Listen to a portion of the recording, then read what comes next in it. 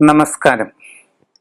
Asia live ടിവിയുടെ ജ്യോതിഷ അനുഷ്ഠാന പങ്ക്തിയിലേക്ക് എല്ലാ പ്രേക്ഷകർക്കും സ്വാഗതം. നാം ഇപ്പോൾ ചർച്ച ചെയ്യുവാൻ പോകുന്നത് വളരെ സവിശേഷമായ ഒരു വിഷയത്തെക്കുറിച്ചാണ്. ഐശ്വര്യ ലബ്ധി തരുന്ന വിവിധ തരം അനുഷ്ഠാനങ്ങളെപ്പറ്റി നാം പല ആത്മീയ പരിപാടികളിലും ആത്മീയ പ്രസിദ്ധീകരണങ്ങളിലുമെല്ലാം കേൾക്കാറുണ്ട്. സർവൈശ്വര്യ പ്രാപ്തിക്കു വേണ്ടി നടത്തപ്പെടുന്ന അപ്രകാരമുള്ള വിശേഷ അനുഷ്ഠാനങ്ങളിൽ ഏറ്റവും പ്രധാനപ്പെട്ടതാണ് ശ്രീചക്ര പൂജ. ശ്രീചക്ര പൂജയെപ്പറ്റി ഒരൽപ്പം വിശദീകരിച്ച് പറയുകയാണ് നാം ഇവിടെ ചെയ്യുന്നത്. ഇപ്പോൾ എൻ്റെ കയ്യിലിരിക്കുന്ന ഈ വസ്തുവാണ് ശ്രീചക്ര മഹാമേരു എന്നറിയപ്പെടുന്നത്. ശ്രീചക്രത്തിൻ്റെ ഉയർന്നു വരുന്ന തലത്തിലുള്ള അഥവാ പ്രൊജക്റ്റ് ചെയ്യുന്ന രൂപത്തിലുള്ള ഒരു പ്രത്യേക ബിംബമാണ് മഹാമേരു ശ്രീചക്രം. എന്താണ് ശ്രീചക്രം? പലർക്കും ആ കാര്യത്തിൽ വ്യക്തമായ ഒരു ധാരണക്കുറവ് കാണുന്നുണ്ട്. നാം എല്ലാം സർവസാധാരണമായി സന്ധ്യയ്ക്ക് പാരായണം ചെയ്യുന്നതാണല്ലോ ലളിതാ സഹസ്രനാമം എന്ന സ്തോത്രം. ഈ ലളിതാ സഹസ്രനാമത്തിൽ നാം ആരാധിക്കുന്ന ദേവത ആരാണെന്ന് എപ്പോഴെങ്കിലും ചിന്തിച്ചിട്ടുണ്ടോ? ലളിതാദേവി എന്നും ലളിതാ പരമേശ്വരി എന്നും ദുർഗ എന്നുമൊക്കെ സാമാന്യമായി ഒരു സങ്കല്പം മാത്രമാണ് പലർക്കുമുള്ളത്. എന്നാൽ ലളിതാ സഹസ്രനാമത്തിൻ്റെയും ലളിതാ ത്രിശതി എന്ന നാമാവലിയുടെയും ലളിത ഉപാഖ്യാനം എന്ന സ്തോത്രത്തിൻ്റെയും ഒക്കെ അധിദേവതയായുള്ള മൂർത്തി എന്ന് പറയുന്നത് ലളിതാ മഹാ ത്രിപുര സുന്ദരി എന്ന ദേവീഭാവമാണ്. പരാശക്തിയുടെ പരമപ്രധാനമായ ഭാവമാണ് ലളിതാ മഹാ ത്രിപുര സുന്ദരി. ഈ മഹാ ത്രിപുര സുന്ദരിയുടെ അധിവാസ ചക്രമാണ് ശ്രീചക്രം. നിങ്ങൾ കാണുന്ന ഈ ശ്രീചക്രത്തിൽ ഏറ്റവും പുറമെ ഒരു ബിന്ദുവും ഏറ്റവും ഉൾഭാഗത്ത് ഒരു ബിന്ദുവും അതിനു പുറമെ ത്രികോണം, ആ ത്രികോണത്തിന് പുറമെ 6 കോണുകൾ ചേരുന്ന ഷഡ്കോണം, അതിനു പുറമെ അഷ്ടകോണം,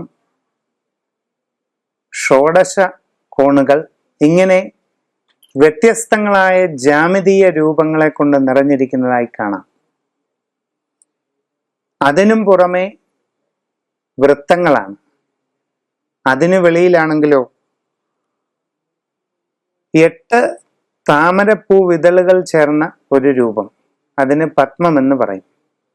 അഷ്ടദള പത്മം, ഷോഡശദള പത്മം, അതായത് 16 ഇതളുകളുള്ള താമരപ്പൂവ്.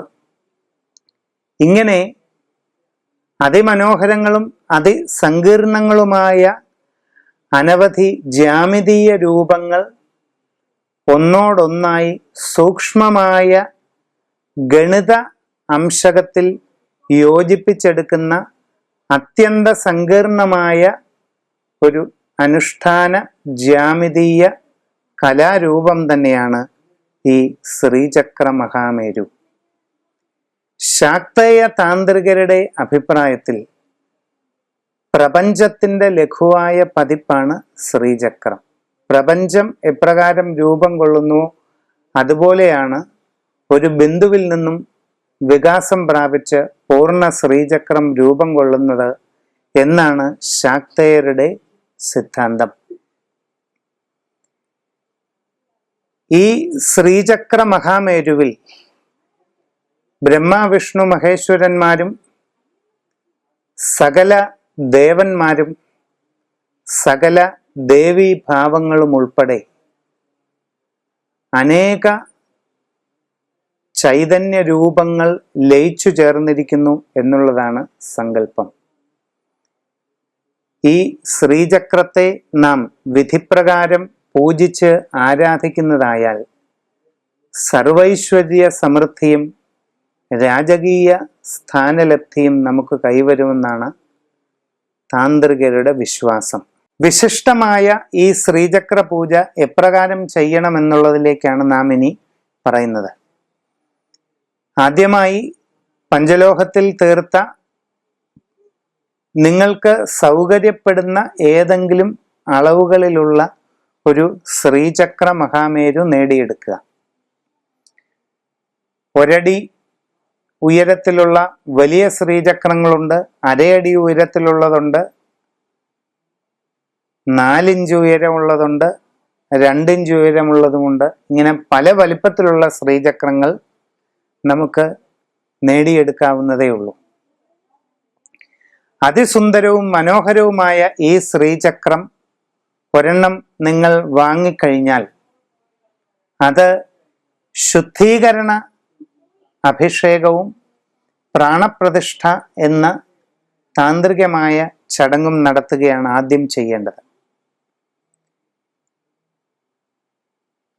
ഏറ്റവും വിശിഷ്ടനായ ആചാര്യനെ കൊണ്ട് ഈ ശുദ്ധീകരണ അഭിഷേകവും അതോടൊപ്പം പ്രാണപ്രതിഷ്ഠയും ചെയ്ത് വിധിപ്രകാരം പൂജിച്ച് ആ ശ്രീചക്രം നിങ്ങളുടെ ഗൃഹത്തിൽ സ്ഥാപിക്കാവുന്നതാണ്. ഗൃഹത്തിൽ സ്ഥാപിക്കാവുന്നതാണെന്ന് പറയുമ്പോൾ എവിടെയെങ്കിലും കൊണ്ട് വെച്ച് കളയാം എന്ന് വിചാരിക്കരുത്. ഏറ്റവും പരിശുദ്ധമായ സ്ഥലത്ത് അർഹിക്കുന്ന പ്രാധാന്യത്തോടെയും ആദരവോടെയും വേണ്ട വിധത്തിലുള്ള സംവിധാനങ്ങളോടുകൂടി വേണം ത്രിപുരസുന്ദരിയുടെ അധിവാസ സ്ഥാനമാകുന്ന ഈ ശ്രീചക്രം സ്ഥാപിക്കുവാൻ. അങ്ങനെ സ്ഥാപിച്ചു കഴിഞ്ഞാൽ ലഘുവായ ശ്രീചക്ര പൂജാവിധാനം നിങ്ങൾക്കും പഠിക്കാവുന്നതേ ഉള്ളൂ. ജീവിതത്തിൽ ചില ചിട്ടകളും രീതികളും പിന്തുടരാൻ തയ്യാറുള്ളവരാണോ നിങ്ങൾ എങ്കിൽ തീർച്ചയായും അത്ര സങ്കീർണമല്ലാത്ത ഒരു ശ്രീചക്ര പൂജ സമ്പ്രദായം നിങ്ങൾ പഠിക്കുന്നതാണ് എളുപ്പം. അങ്ങനെ ഒരു ശ്രീചക്ര പൂജാവിധി നിങ്ങൾ പഠിച്ച് സ്വായത്തമാക്കാൻ അധിക സമയമൊന്നും വേണ്ട. അങ്ങനെ പഠിച്ച് പൂർണ്ണമാക്കിയതിന് ശേഷം നിങ്ങളുടെ ഗൃഹത്തിൽ ആ ശ്രീചക്രത്തിന്റെ മുമ്പിൽ 5 തിരിയിട്ട് ഭദ്രദീപം തെളിച്ച് ആ ലഘുവിധാന പ്രകാരമുള്ള ശ്രീചക്ര പൂജ നിത്യേന ചെയ്തു തുടങ്ങുക. അല്ലെങ്കിൽ ഒരു നിശ്ചിത ദിവസങ്ങളിൽ വെള്ളിയാഴ്ചകൾ തോറുമോ അല്ലെങ്കിൽ പൗർണമി തോറുമോ ആ പൂജാവിധി നിങ്ങൾക്ക് ചെയ്യാം. നിത്യേന ഭദ്രദീപം തെളിക്കേണ്ടത് അത്യാവശ്യമാണ്. എന്തായാലും ഈ വിധിപ്രകാരമുള്ള പൂജ ഇപ്രകാരം ചെയ്യുന്നതായാൽ നിങ്ങൾക്ക് ആവശ്യമുള്ളതെല്ലാം തനിയെ നിങ്ങളിലേക്ക് ആകർഷിക്കപ്പെടും എന്നാണ് വിശ്വാസം. നിങ്ങൾക്ക് അർഹതയുള്ളതും നിങ്ങൾക്ക് എല്ലാവിധ ഐശ്വര്യങ്ങൾ പ്രദാനം ചെയ്യുന്നതും നിങ്ങൾക്ക് വാസ്തവത്തിൽ ആവശ്യമുള്ളതുമായ സംഗതികൾ എന്തെല്ലാമാണോ ജീവിതത്തിലുള്ളത് അതെല്ലാം നിങ്ങളിലേക്ക് സ്വയമേവ വന്നു ചേരും എന്നാണ് ശാക്തേയരുടെ വിശ്വാസം. അപ്പോൾ വിധിപ്രകാരം ശ്രീചക്രം സ്വായത്തമാക്കി ഏറ്റവും ശ്രദ്ധയോടെയും ഭക്തിയോടെയും ഏകാഗ്രതയോടെയും ഈ ലഘു ശ്രീചക്ര പൂജാവിധി നിങ്ങൾ സ്വയം നിത്യേന ചെയ്യുന്നതായാൽ നിങ്ങളുടെ ആഗ്രഹങ്ങൾ ഓരോന്നായി പൂർത്തീകരിക്കുന്നതിനുള്ള അവസരം ഉണ്ടാകുമെന്ന് തന്നെ കരുതാവുന്നതാണ്. നമസ്കാരം.